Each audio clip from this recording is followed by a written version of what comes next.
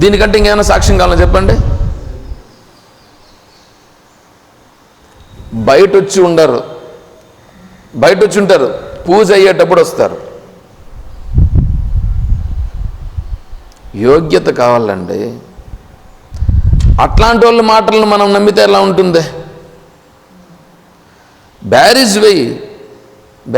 మీకు తెలిసిండేది కూడా ఉంది, నేను చెప్తా ఉండేది కూడా బ్యారేజ్ వెయ్యి. అరే ఇదేంటి? దాన్ని ఏం చేయాలి? తూకం వేయాలండి. తూకం వేయాలంటే కూడా ఎవడేస్తాడు? తూకం వెయ్యగలిగే పడేస్తాడు. వేయలేనోడు ఒకటే నిర్ణయానికి వచ్చేసి ఆయన చెప్పేదంతా ఏముంది అని ముందుగానే నిర్ణయం చేసుకోండి. వాళ్ళకి అస్సలకు కొంచెమైనా బుద్ధిలోకి దూరుతుందా? కోట్ల జన్మలకైనా ఎక్కుతుందా? ఎందుకు? నిర్ణయం ఎవరు చేసుకుంటారు? వాళ్ళే చేసుకుంటారు. వాళ్ళే నిర్ణయం చేసుకుంటారు. ఇప్పుడు ఏమవుతుంది చెప్పండి? పడుతుందా? పట్టదు. దేవుడు దగ్గరికి తీసుకొని వచ్చి ఆత్మతత్వాన్ని చెప్తుంటే,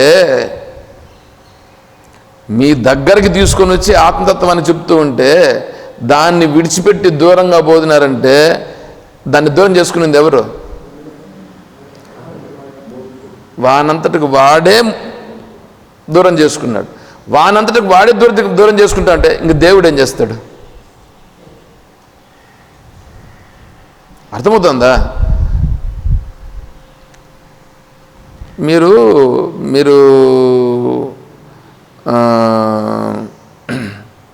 మీకు అర్థమయ్యేటట్లుగా శాస్త్రాన్ని చెప్పాలనేటువంటి ప్రయత్నం నేను చేస్తున్నా. అంతేకాకుండా ఇంకా వేరే వాళ్ళు ఉంటారు చూడండి, మీరు వినాలి. వేరే వాళ్ళని వింటే తెలుస్తుంది. వేరే వాళ్ళతో వెళ్ళి మాట్లాడి, సాధువులతో ఎవరితో మాట్లాడితే తెలుస్తుంది. ఎక్కడ దొరకదు మీకు ఇదే. అటువంటిది మీ దగ్గరకు వచ్చి చేస్తుంటే కనీసం దీనికి మనసులోకి కూడా రానియకుండా వాళ్ళంతటి వాళ్ళే అడ్డంకేసుకొని ఇది అద్వైతము, ఆ మార్గం మాకొద్దు అని ఏం చేశారు తెలుసా? అదేమంటారు దాన్ని, కర్టన్స్ వేసుకున్నట్లుగా అదంతే అని ఫిక్స్డ్ అయిపోయి, పైగా దీనికి ఎవరైనా ఒకవేళ వస్తుంటే కూడా వాళ్ళను కూడా ఏముంది అక్కడ అన్నట్లుగా చెప్పుకోవడం వస్తూ ఉంటారు. చూస్తేనే అర్థమైపోతూ ఉంటుంది. అట్లాంటి వాళ్ళు పరదా ఎవరు వేసుకున్నారు? ఇప్పుడు వాళ్ళంతటి వాళ్ళే పరదాలు వేసుకొని పోతున్నారు. దీనికంటే ఇంకేం కావాలి చెప్పండి? భగవంతుడు దీనికంటే ఇంకా దగ్గర తీసుకొని రాగలుగుతాడా? మీ దగ్గరకు వచ్చి చెప్తున్నాడు. మీ దగ్గరకు వచ్చి భగవంతుడు మీకు ఆ సౌకర్యాన్ని ఏర్పాటు చేశాడు. అలా ఏర్పాటు చేస్తే దాన్ని ఉపయోగించుకోకుండా అడ్డం పడుకొని ఉంటే పడుకోండి, ఏం పోతుంది? అర్థమవుతుందా? లాస్ట్కు ఒక మాట చెప్పి నిలుపుతా ఈరోజు. శ్రవణం అనేటువంటిది చేయాలండి. శ్రవణ మనన నిధిధ్యాసలు అనేటివి 3 ఉన్నాయి. శ్రవణం, మననం, నిధిధ్యాస. శ్రవణం అంటే వినుట. శ్రవణం చెయ్యాలి అంటే వినాలి. దేన్ని వినాలి? శాస్త్రం వినాలి. ఏ శాస్త్రం వినాలి? ఆత్మతత్వాన్ని చెప్పే శాస్త్రాన్ని వినాలి. ఆత్మతత్వ శాస్త్రాన్ని చెప్పేది వినాలి. వినిన తర్వాత ఏం చేయాలి? దాని ప్రకారంగా మననం చేయాలి. మననం చేయటం అంటే దాని ప్రకారముగా ప్రవర్తించుట.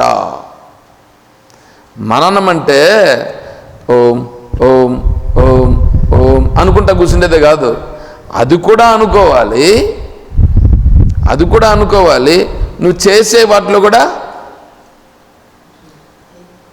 మార్పులు వస్తాయి. అరే ఇది చెయ్యొచ్చునా చేయకూడదా? శాస్త్రంలో ఏం చెప్తా ఉంది? శాస్త్రంలో చెప్పినటువంటిది దీని ప్రకారం నేను ఇలా చేశాను అనుకోండి, నాకు ఆత్మతత్వం తెలుస్తుందా? అనుభవంలోకి వస్తుందా? నాకు ఆ ఆత్మతత్వము అనుభవంలోకి. నేను అందుకేనండి ఫస్ట్లోనే చెప్పాను, నా పైన విశ్వాసం ఉన్న వాళ్ళకి ఖచ్చితంగా అది కలుగుతుందని చెప్పాను నేను. నా పైన విశ్వాసం ఉండే వాళ్ళు ఏం చేస్తారు తెలుసా? నేను చెప్పినట్లు ఆచరిస్తారు. నేను చెప్పినట్లు అంటే నేను సొంతంగా నేను చెప్పట్లేదు, మీకు ప్రమాణాలు చూపించి మరీ చెప్తున్నా. ఎందుకు మీకు ప్రమాణాలు చూపించాల్సిన అవసరం ఏంటంటే, చూసుకోండి అట్లన్నా మీకు అని.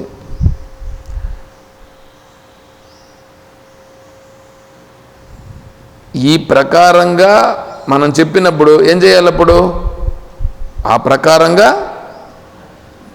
ఆచరించాలి. ఆచరించడం అంటే ఏమి? ఆ పరిస్థితులు వచ్చినప్పుడు అక్కడ ఎలా ఉండాలి అనే దాని ప్రకారంగా మనం ఈ రూట్లో రావాల్సి వస్తుంది. అంటే ఆచరణ ఏమైపోతుంది? ముందుకి ఇప్పటికి మార్పు వస్తుందా రాదా? మార్పులు రావాలి. తరువాత ధ్యానం కుదురుతుంది. తరువాత ధ్యానం కుదురుతుంది. అంతవరకు ధ్యానం కుదరదు. అంతవరకు ధ్యానము కుదరదు.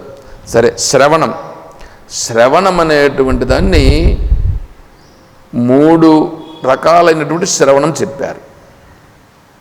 నియమ విధి, అపూర్వ విధి, పరిసంఖ్యా విధి అని 3 ఉన్నాయి. నియమ విధి అనంటే ఏం తెలుసా? నియమం అంటే ఏమిటి? ఖచ్చితంగా ప్రతిరోజు నేను ఆత్మతత్వ శ్రవణం చేసి తీరుతాను. అది నియమం. మధ్యలో ₹1,00,00,000 వస్తూ ఉండని గాక నాకు అవసరం లేదు. ఎదురుగా దేవుడు వచ్చి పిలవని గాక, దేవుడు వచ్చి పిలుస్తా అన్నాడు. దేవుడు వచ్చి పిలిస్తే కూడా పాండురంగడు వచ్చి పిలిచాడా లేదా? అక్కడ పండరీపురంలో పాండురంగడు దేనిపైన నిలబడి ఉన్నాడు? ఎందుకు ఇటుక రాయి పైన నిలబడి ఉన్నాడు?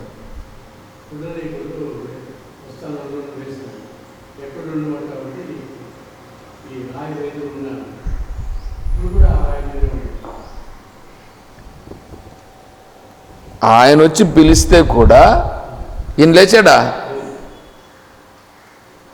లేవలేదు. దాని మీద నిలబడి పంచలో ఎండగా ఉందయా అంటే ఈ రాయి వేస్తున్నాను, ఎందుకంటే కింద కాలుతుంది కాబట్టి ఆ రాయి పైన నిలబడు, పంచలో ఉండు. దాని మీద నిలబడాడు. దేవుడు వచ్చి పిలిస్తే కూడా తన యొక్క దీంట్లో నుంచి లేచాడా? అలా ఉండగలిగితే అది నియమ విధి. ఏదో చిన్న ఇది వస్తుంది, ₹10 లాభం వస్తుంది, పరిగెత్తిపోయేది. దేనికే? చిన్న దీనికే స్వార్థానికి పోతుంటే ఏడబడుతుంది మనసుకు? చెప్పండి. ఆడేందో జరుగుతుంది, పరిగెత్తపోయేది. అప్పుడు దీన్ని గుర్తించినట్లయిందా? దీన్ని గుర్తించాలి. అంతేకాకుండా వేరే దాన్ని కూడా గుర్తించి, దానికంటే విలువైనది దీన్ని గుర్తించి ఇక్కడ కూర్చుంటే అప్పుడు ఇది పడుతుంది. లేకపోతే నువ్వు తపస్సు చేయి, పట్టదు. అందుకే నేను చెప్పా, అది నియమ విధి. తర్వాత అపూర్వ విధి. అపూర్వ విధి అంటే ఏంటంటే, ఇప్పుడు బయట ఇంకొకటి చెప్తా అంటాడు, ఇంట్లో ఉంటారు, మాకుండారు కొంతమంది మహానుభావులు, ఆ టీవీల్లో పలానా ఆయన ఇది చెప్పాడు, పలానా ఆయన ఇంకొకటి అని చెప్పాడు, ఇంకొక ఆయన ఇది చెప్పాడు అని చెప్తుంటారు. ఇంకొక ఆయన అద్వైతం పెట్టుకొని పేరు అద్వైతం చెప్తుంటాడంట. ఏందో అద్వైతం చెప్తున్నారు, అద్వైతం వింటున్నానని నేను ఒకరోజు పెట్టినా. నారాయణ, నాకైతే తల పగిలిపోయింది. పేరేమో అద్వైతము, వాడు చెప్తాడదంతా పని. ద్వైతం చెప్పినా కూడా సంతోషం, పనికిరాని విషయాలన్నీ చెప్పుకుంటున్నాడు.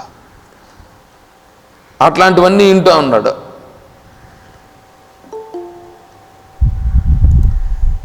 ఎవరెవరు ఏం చెప్తున్నారయ్యా? ఎవరెవరు ఏం చెప్తున్నారు? నువ్వు వినగలిగితే చూడు. నా దేశం అన్నాడు అనుకో, దేశభావన ఉందా లేదా? ధర్మము ఇదంటున్నాడు అనుకో, ధర్మం గురించి చెప్తున్నాడు, ఆత్మతత్వాన్ని చెప్తున్నాడా?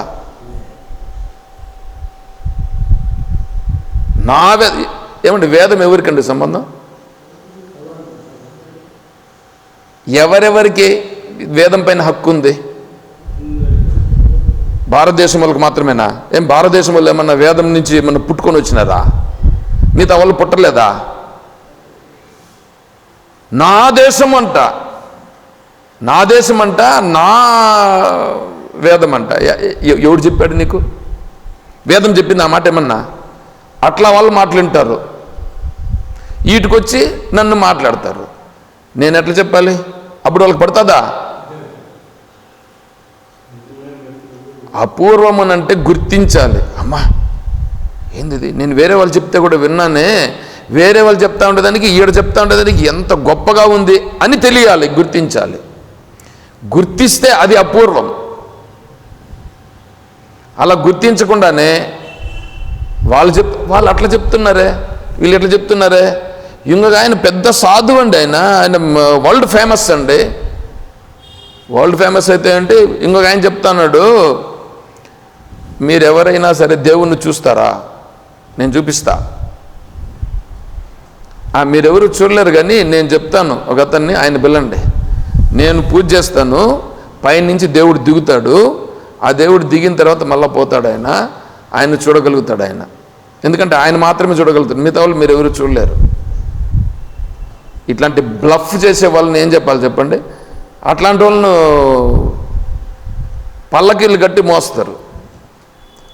ఏమంటే దేవుడు నీకు కనిపించకుండా నాకు కనిపించడా? అంత బ్లఫ్ అంటారు. బ్లఫ్ అంటే అంతే.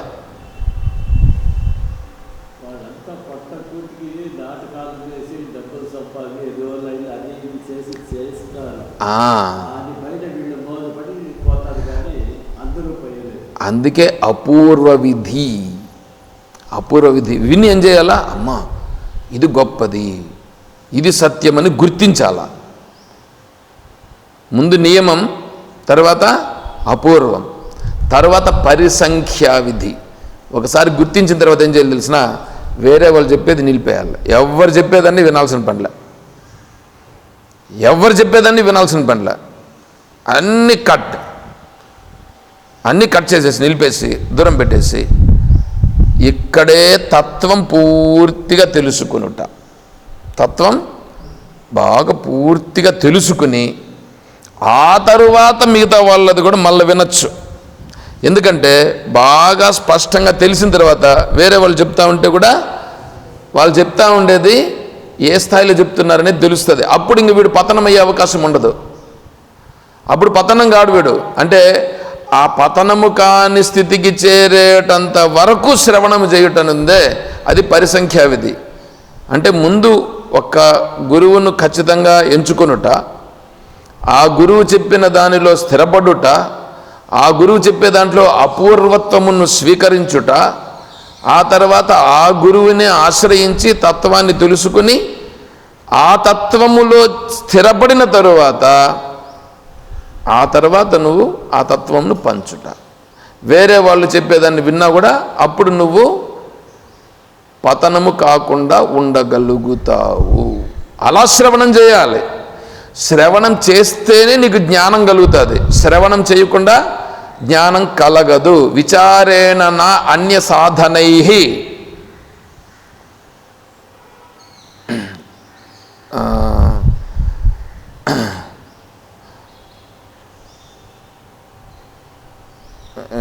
ఏమిటది? ఉత్పత్తేన జ్ఞానం విచారేణ నా అన్య సాధనై యథా పదార్థభానం ప్రకాశేన వినా క్వచిత్.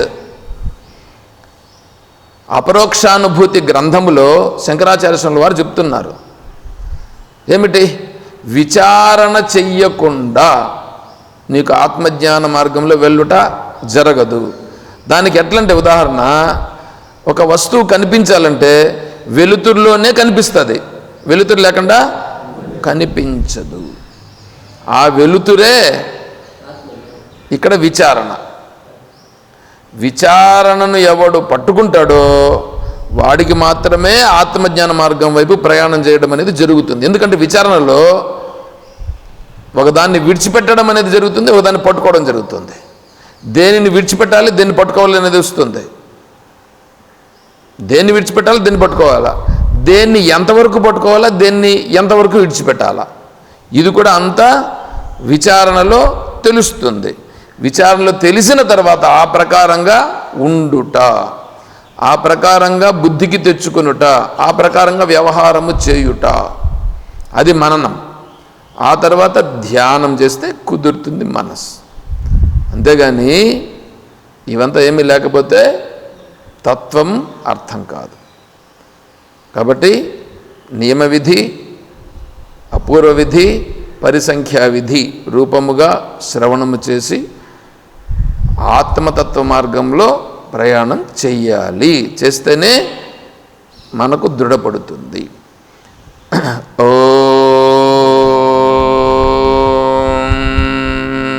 తత్సత్. ఓం సర్వం శ్రీ సద్గురు చరణారవిందార్పణమస్తు. ఓం జయ బోలో శ్రీ కృష్ణ పరమాత్మకి జయ, బోలో గీతా మాతా की जय, बोलो भक्त मंडली की हर नमः पार्वती पतये। जय सीताराम। हरि ओम तत्सत्। ओम।